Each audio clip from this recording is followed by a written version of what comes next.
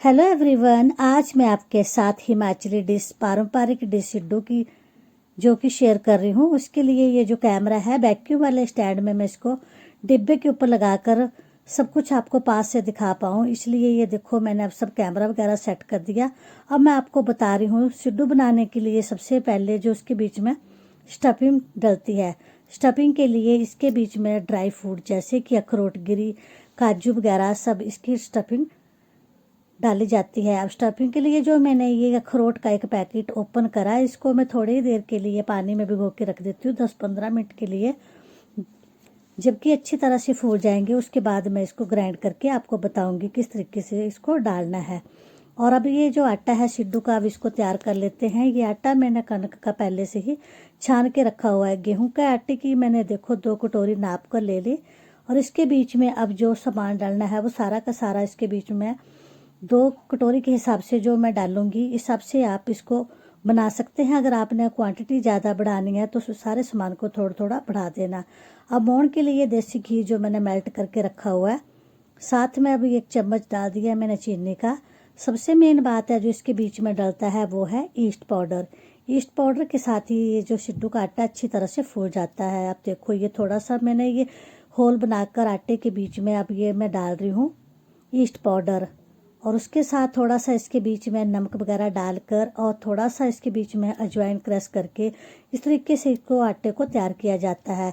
लेकिन हमेशा इस आटे को हम गर्म पानी के साथ ही गूंथते हैं, जिसके साथ कि ये बहुत नरम नरम और बहुत अच्छी तरह से फूल जाता है। आप देखो 1 चम्मच मैंने नमक का डाल दिया, साथ में अब मैं थोड़ी सी अजवाइन जो क्रश करके देखो अब इसको भी डाल देती हूँ। इस तरीके से जो ये आटा है बहुत अच्छी तरह से ये तैयार हो जाता है। लेकिन जब आटे को हम गूंथते हैं गर्म पानी के साथ तो ध्यान रखना चाहिए कि उससे पहले ये जो सारा मोहन और सारा मसाला है इसको अच्छी तरह से मिक्स कर लेना है।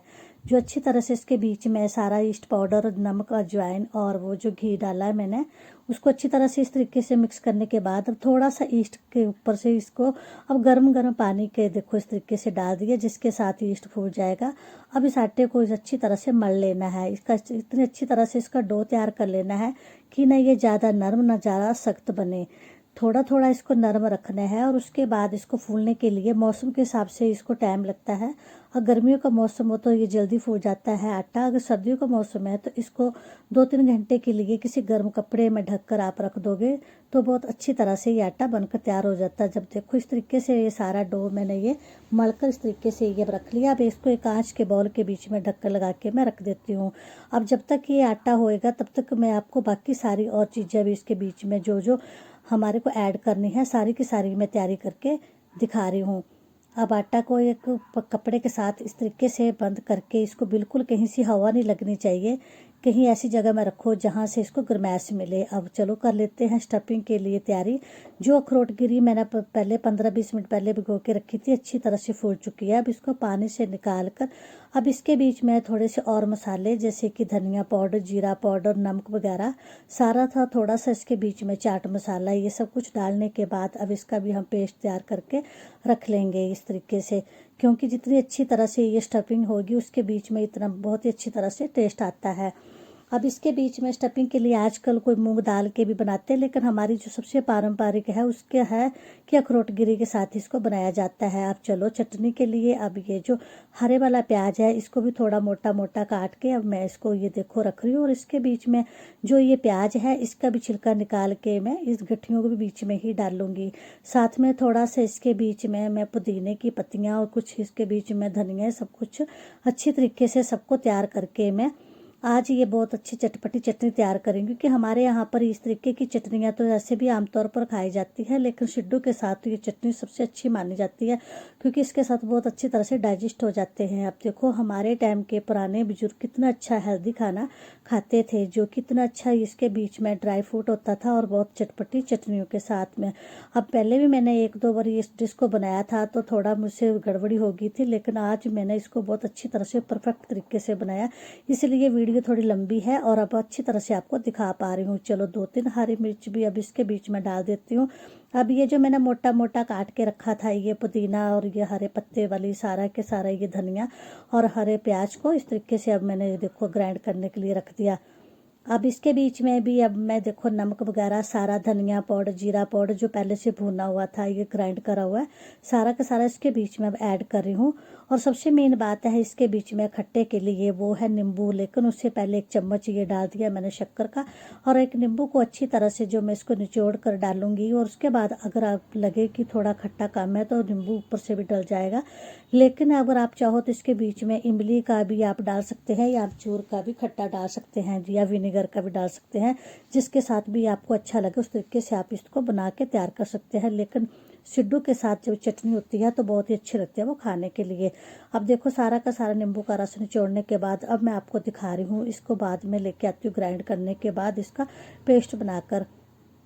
इतनी सारी तैयारियां करनी पड़ती है सिड्डू के लिए, तभी जाके उनको खाने में बहुत ही मज़ा आता है। अब देखो इस तरीके से चटनी का मैंने ये एक बाउल में निकाल के रख लिया। साथ में स्टफिंग भी मैंने ये अच्छी तरह ग्राइंड करके ये भी साथ में दोनों की दोनों तैयारी कर ली। और उसके बाद अब मैं आटा चेक करके अब उसका बताऊंगी किस तरीके से आटा हो चुका है, और उस तरीके से ये देखो बनाएंगे। अब ये देखो अब मैं ओपन करके ये दिखा रही हूँ, जो ये आटा मैंने 3-4 घंटे पहले रखा था, ये देखो फोम की तरह अच्छी तरह से हो चुका है। ये कितनी अच्छी तरह से फ्लफी बन चुका है। अब इसको दोबारा से फिर से इसको मलना है, जिसके अच्छी तरह से ये मिक्स हो जाए। और दूसरी साइड मैंने ये देखो बड़े बर्तन में पानी रखा ढक्कन लगा के, जो कि स्टीम में मैं इसको पकाऊंगी। अब इस तरीके से आटे को मलने के बाद अब इसके एक साइज में सारे के सारे बॉल बनाकर ये छोटे छोटे इस तरीके से लोइयाँ मैं ये देखो रख रही हूँ। काउंटिंग करके 6-7 तो मुझे लगता है आराम से ही बन जाएंगे।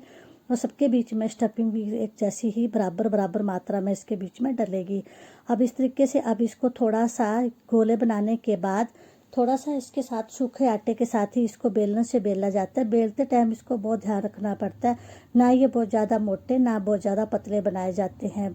बहुत तरीके से इसको बनाया जाता है, जिसके साथ कि ये बाद में जब स्टीम में बनेंगे तो बहुत ही अच्छी तरह से सिक जाएंगे। नहीं तो अगर ज़्यादा मोटे होते हैं तो कच्चे लगेंगे, और पतले होंगे तो ये बिल्कुल भी अच्छे नहीं लगेंगे। अब इस तरीके से थोड़ा हल्के हल्के हाथों से जब इसको बीच में से ये देखो मैंने ये तैयार कर लिया लोहे का। अब इसके बीच में डाल रही हूँ स्टफिंग, जो अखरोट की मैंने बना के रखी थी। स्टफिंग के डालने के बाद जब इसको ये लॉक लगाने के लिए जब इसको फोल्ड करेंगे तो थोड़ा सा इसको पीछे रखना है, बराबर नहीं फोल्ड करना है।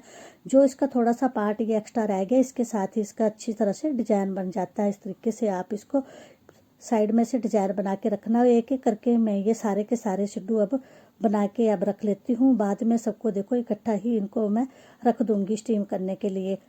अब इस तरीके से ये देखो दूसरा भी ये बना के अब मैं इसको इस तरीके से आपको पास में से दिखा रही हूँ।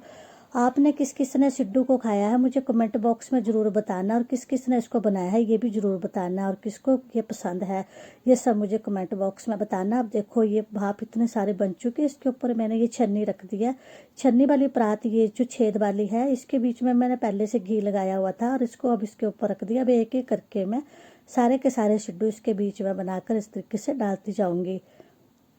इनको 15-20 मिनट के बाद ही मैं आपको चेक करके बताऊंगी किस तरीके से ये स्टीम में बनते हैं। आप देखो पहले हमारे बुजुर्ग इतना हेल्दी खाना खाते थे, आजकल ये मोमोज वगैरह सारे ही स्टीम में बनाए जाते हैं, लेकिन ये हमारी सबसे पारंपरिक डिश है सिड्डू की। ये बहुत ही हेल्दी होती है क्योंकि इसमें कोई तेल वगैरह नहीं लगाया जाता, ज़रा सा ऊपर से इसमें हल्का हल्का तेल लगाते हैं। और ऊपर से अगर आप चाहो थोड़ी सी लाल मिर्च वगैरह थोड़ा सा और चटपटा बनाना है तो उसके ऊपर से थोड़ा सा डाल सकते हैं। अब इस तरीके से देखो एक और तैयार हो गया। सबको अच्छी तरह सेटिंग करके अब मैं जो भी 1-2 बॉल और बच गए उनकी भी अच्छी तरह से मैं अब बना के सबको मैं सेटिंग करके बराबर रख दूँगी। लास्ट में अब ये देखो इसके ऊपर से ढक्कन बंद करके इसको 15-20 मिनट के लिए इसको मैं स्टीम में पका के ही आपको बताऊंगी किस तरीके से पककर ये तैयार हो चुके हैं। चलो किचन साफ़ कर लेते हैं। और उसके बाद अब देखो इसका ढक्कन ओपन करके थोड़ा गर्म है, अब चाकू की नोक के साथ मैं ढक्कन को थोड़ा ओपन कर लेती हूँ और अब बताऊंगी कितने अच्छे ये बन चुके हैं। अब देखो इसके बाद ये इसके ऊपर मैंने जो हल्का हल्का तेल लगाया था, नीचे भी इसके तेल लगा हुआ था जो परात मैंने ये रखी थी। अब ये देखो कितनी अच्छी तरह से बनकर तैयार हो चुके हैं। अब चलो चटनी डालकर और इसको अब मैं प्लेट के बीच में डालकर आपको दिखाऊंगी कटिंग करके। इसकी स्टफिंग वगैरह सब अच्छी तरह से मिक्स हो चुकी है। इसको आप ज़रूर बना के देखना, ये बहुत ही अच्छी डिश है हमारे हिमाचलियों की और बहुत ही पुरानी डिश है। और हमारे बुजुर्गों ने तो इसको इतनी अच्छी तरह से हमारे को बताया और बनाने के लिए कि ये देखो अब घी के साथ और साथ में अखरोट की जो गिरी के साथ स्टफिंग के साथ और साथ में चटपटी चटनी के साथ ये देखो कितनी अच्छी तरह से इसके बीच में ये सारा का सारा मिक्स हो चुका है जो मैंने बीच में अखरोट गिरी की स्टफिंग डाली थी। अब तो इसको देख के मुंह में पानी आ रहा है। अब मैं जल्दी से पहले इसको टेस्ट करने के बाद अब मैं ये देखो ये जो कटोरी में डाल रही हूँ चटनी और 2 सिड्डू, मैं पास वाली आंटी को दे के आऊँगी, क्योंकि आंटी ने मुझे पहले बताया था कि जब तू कभी भी सिड्डू बनाएगी तो मुझे ज़रूर खिलाना है, क्योंकि आंटी बुजुर्ग है और उनको ये पुराने खाने का मन बहुत करता है। तो मैं जब कुछ भी ऐसा बनाती हूँ तो आंटी को ज़रूर खिलाती हूँ। आप मेरी वीडियो को लाइक और शेयर करना, और आप मुझे बताना किस किस को ये डिश पसंद है और किस किस ने इसको खाया हुआ है। हमारे हिमाचली पारंपरिक डिश सिड्डू की डिश, ये देखो कितनी अच्छी तरह से, ये देखो चटनी के साथ बहुत अच्छी तरह से ये दिख रही है और बहुत टेस्टी बनी है। ये बहुत अच्छी